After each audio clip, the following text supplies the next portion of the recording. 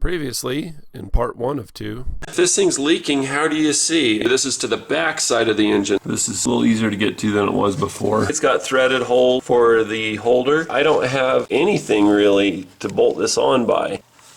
So if I go to here, now I'm into those 2 bolts. I've already pulled out the ones so I don't have to fish through the hole. This is the safest, best practice that I've found to get these out without risk of dropping them into the timing cover. Put a little pressure on that, pull the bolt back, and just wiggle it back. Don't let that pulley hit anything. You need to line up the new one to match. Brian's Mobile One. Let's do part 2 of 2. Get it in there. So the way I clock these is I have the drain plug here and I just pretend like there's an arrow shaft that goes through both of them. That's the way my brain works. Another thing you can do is just line this up to where it's at that bump right there. But castings can vary. You can rotate this, it's not easy, but if you stick your finger in the back right there, you can actually move these. So I got the gasket put in.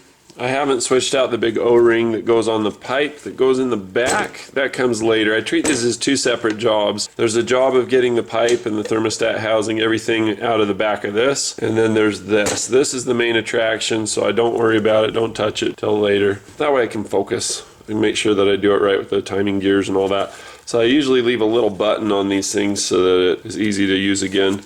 If you don't use it for a while, it actually dries all the way up in here. It's a huge pain in the neck, but otherwise it's great. So what I'm going to do is I'm going to take some gasket maker. I call this cheap insurance is what it is. I'll leave a link in the description. I'll just go through and just adhere it. Try to put it on the outside of the gasket so it hits both the metal surface and the rubber O-ring. When I say this is cheap insurance, like if there's something is thinking about moving, it won't. If there's something that's like gripping metal to metal and being slid or twisted, instead of having it grab and bind and pop up out of the groove, it'll slide. So it's a lubricant, but it also glues it in there afterward. I like this because it's tenacious in the way that it keeps things from leaking. It like holds them together. So it's easy to remember where the bolts go. There's 2 that are the same length. There's one that never comes out all the way. And then the last one up here is longer. It's the odd duck out. It goes at the top. You can see everything's thicker. It sticks out further. 4 bolts, easy to know where they go. And if you're really lost and confused,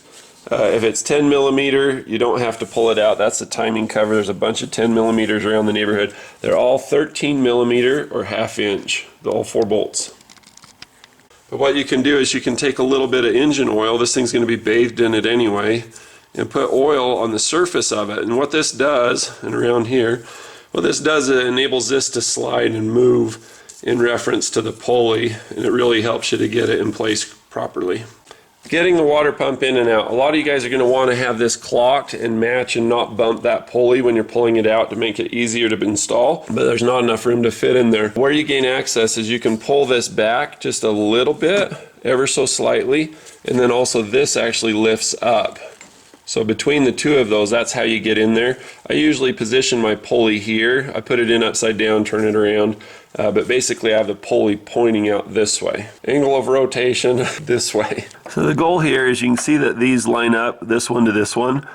So you just rotate it till everything lines up and then just put it in. And then when you're close, I just do a teeny tiny circle and it just kind of drops into place, and then you can start lining up your bolts like that. In fact, the glue is holding it in there right now. So looking down at it, do you guys have a mirror like this? Maybe breaking mine was why I had some bad luck. I had some bad neighbor luck. That is how you line up the holes. That's pretty dang close. I've got oil on it. I can move it. So I'll put those 2 holes in. I'll use my Torx tool, or I can use my hand to line that up from the backside using the impeller way back around the backside of there.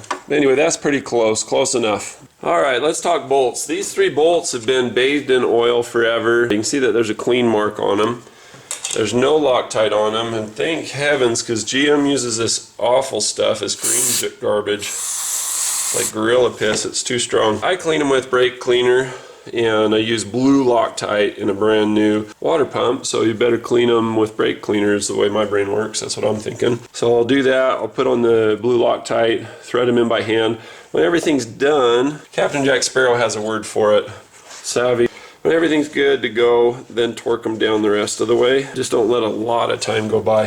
If you don't use brake cleaner and it's got oil on it, then it's probably not going to help. You don't want to over tighten these, but for heaven's sakes, can you imagine these coming undone and getting into that cover? Yuck. Anyway, that's what this is about. This public service announcement is brought to you by Brian's Mobile One. I lost my lid, so I use a T-pin. This stuff's expensive. I want it to last as long as you can. If you get a lot of air out of it, they last longer. It's like a pig wrestling fest in this parts dish. Can't stand messes. I like everything to be clean. But guess what? When you're a mechanic, you make do. Let's do it. I put them in the exact same way I take them out. I put them in with the magnet. It's kind of at a funky angle, but if anything falls, it'll work. So I get it down to where I'm in the hole. I get it to bend, push it in, and then I wipe the magnet off the back. So I'm pushing in, I put my finger on it, and I kind of shift wipe off, and then very gently remove myself from the situation. Then I take the correct size socket, not this one, and I'm navigating with the mirror. I'm watching and I'm going slow. So if it's going the wrong direction, I'm going slow. It's not a big deal. Get it on there and then just twist it in by hand. I do it until it bottoms out. That way when I pull my socket back, I know there's no way it's going to follow the socket, fall into the timing cover. Pretty cool, huh?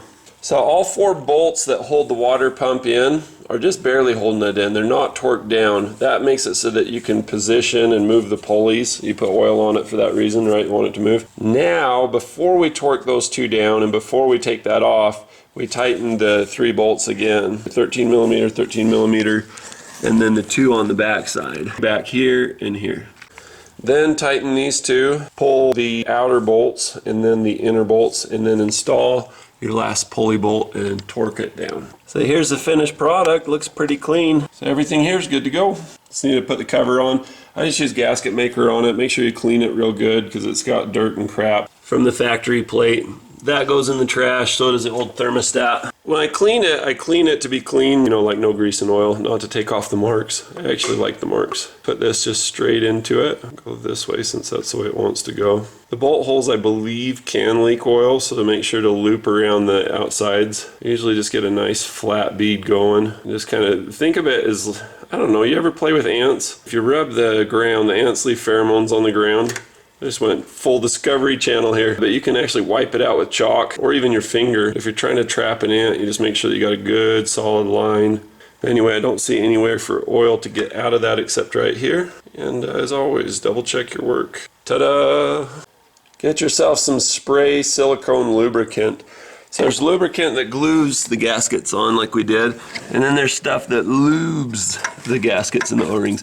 Get a lot of spray silicone on the new O-ring that you put on the crossover pipe, and then line it up and stick it in the back of the water pump. So I've got it staged in there. All I have to do is push it in now.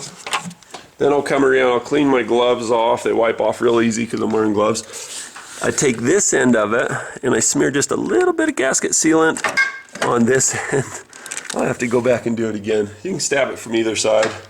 Just make sure that this one's lubed, this one's glued. The glue works as a lube too, so the O-ring doesn't bark and pop out. It's a little bit of a wrestle to go boom, boom. It's like parallel parking, right? This helps. So I'll just get a little Hershey's Kiss. This thing's almost out. I got to squeeze really hard. Little Hershey's Kiss chocolate chip on my fingertip. Make a plug for the next time. Hit the release. So in a perfect world, you just wipe it on this side of it, on the back of the block. I hit it around the perimeter, you know, just tapping it, just leaving a little chocolate chip here and there everywhere as I go. Get a new gasket for it, do that. But if you can't get one, this is what I do, and it works pretty good. So again, do this however you want. I've got that all snugged up. I've got the 3rd bolt in the bottom. Actually, the bolt on the other side, just a little friendly tip for you. The way I'll do them is I'll go around the exhaust side back here. You can see the pipes for your heater hose. That kind of gives away where to be. I've got my finger on it right there. And that's a lot easier for me. I've got long arms though. Leave these clamped up. These clamps are a pain. Just take the radiator hose off. Remember when you put it back together, the factory way is to go between that wire harness and the hose. That's the way it comes. So if you're into that, and you should be. Why do you do it the factory way? Why not improve on everything? Well, every time you make a change, there's testing and everything involved. Typically the factory's already done that in desert testing and in all kinds of abuse testing, cold weather testing, 1, 2, 3, all the tests. So if you just go back to the factory way, it's just so much easier and more reliable. I mean, what do they want?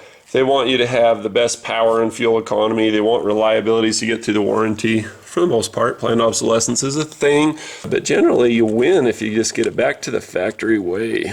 Some people are really creative and they're willing to put in the time to make that happen. If you just want to get to work and want your car to work, factory way.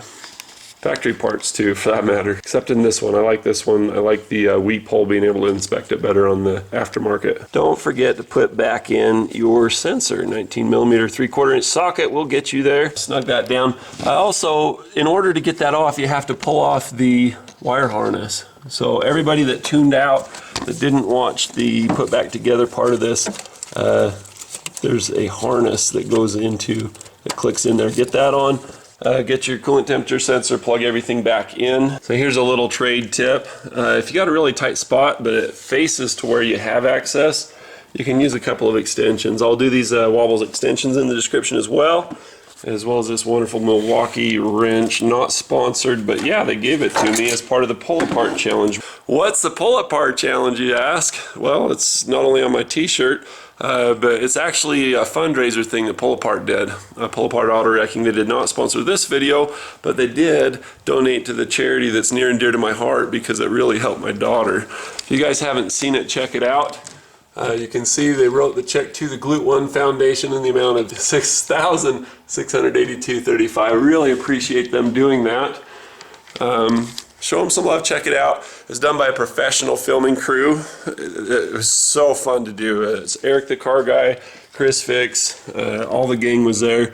The Road to SEMA guys. It was just so stinking fun. So anyway, if you're interested, check it out. What we do is we take some minivans, we chop them up and make them into tailgating pickup trucks. And how fun is that? I was there, it was a lot of fun. So anyway, this job's about done. The only things that we have to do left, I've got to take this hose and put it right here. I've also got to take the radiator hose, stick it down in here. Good thing I still have the spill basins in there. I'll leave links in the description for all of this stuff, but you have to click the show more down below in order to see it. But you got to do what you got to do, right? This way it doesn't cost you anything more if you click the Amazon links. I get a little kickback, little bit of kickback. Doesn't cost anything extra whatsoever to you. Everybody wins. Saves you time, saves you having to go to the store. You just buy it, shows up at your house, especially if you have Prime. Alright, so we've got the old water pump out, we got the new one in, and we're gonna see if the thing blows up or if it works good. This is the old one. You can see it's got the GM stamp on the back. So if it runs, it means it's got a new water pump in it with a good timing chain configuration. Let's fire it up and see if it whines or if it's good. If it whines, I'll show you how to fix it. No whining. So good news and bad news. The good news is I showed you the right way to do it and it works. You can do this. The bad news is I won't be able to show people how to fix the whine if it does. If it whines, it means that your belt timing chain, I'm so used to belts.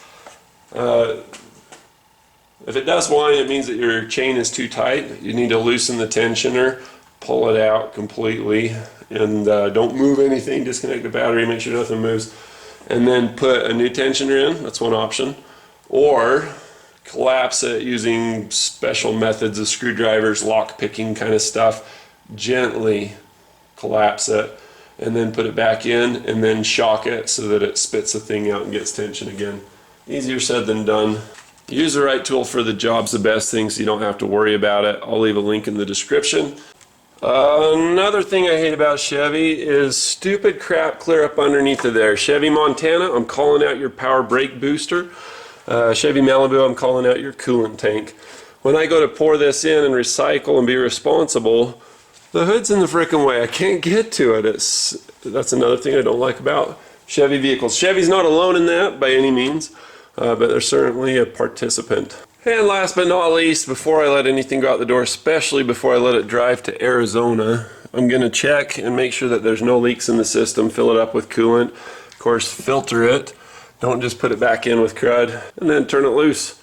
You can rent these if you want to buy one. I always put links in the description for everything, so if you ever need anything in any of my videos, be sure to click the show more because they don't let me put it in the comments anymore. And they put all this crap at the bottom. So to get the right O-rings for this was $2.63. So for the price of $3, you can have this be good as new, basically. Well, what do you think? How did you do? Let me know in the comments below how your job turned out. I did a little bit more of putting it back together, tips and tricks, because sometimes apart and together aren't exactly the same. Sometimes they are. Manuals take that shortcut, but it hurts me if I make a longer video and people don't watch to the end. So if you did watch to the end, let me know so that I'm a man, I know, but I can change if I have to, I guess. It's more work. Every 5 minutes a video takes like sometimes 3 hours per 5 minutes, depending just on the edit and everything else. So if you want that extra 5-10 minutes, I'll put in the hours, I'll do it. But if nobody's watching it, why would I do that? Comment below, let me know. Thanks, cheers. Bonus footage at the end. I don't know, it might. I haven't read the manual yet. I don't use this one that much. So is this gonna break in half? Why's everybody got their cameras out here? What's this gonna do? So we got like a truck bed welded on a Honda. Max welds will hold up. Oh, it's bending. Is it? No, it's not. It's holding. It's holding. Wait till it starts. Okay, nobody bounce on the back of that while he's doing this. Gotta be real gentle. You're gonna put it down. Don't drop it. Yes. Oh, it's so low.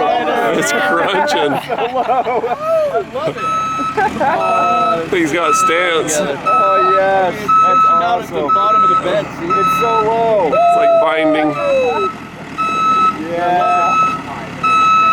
I love it. That's cool.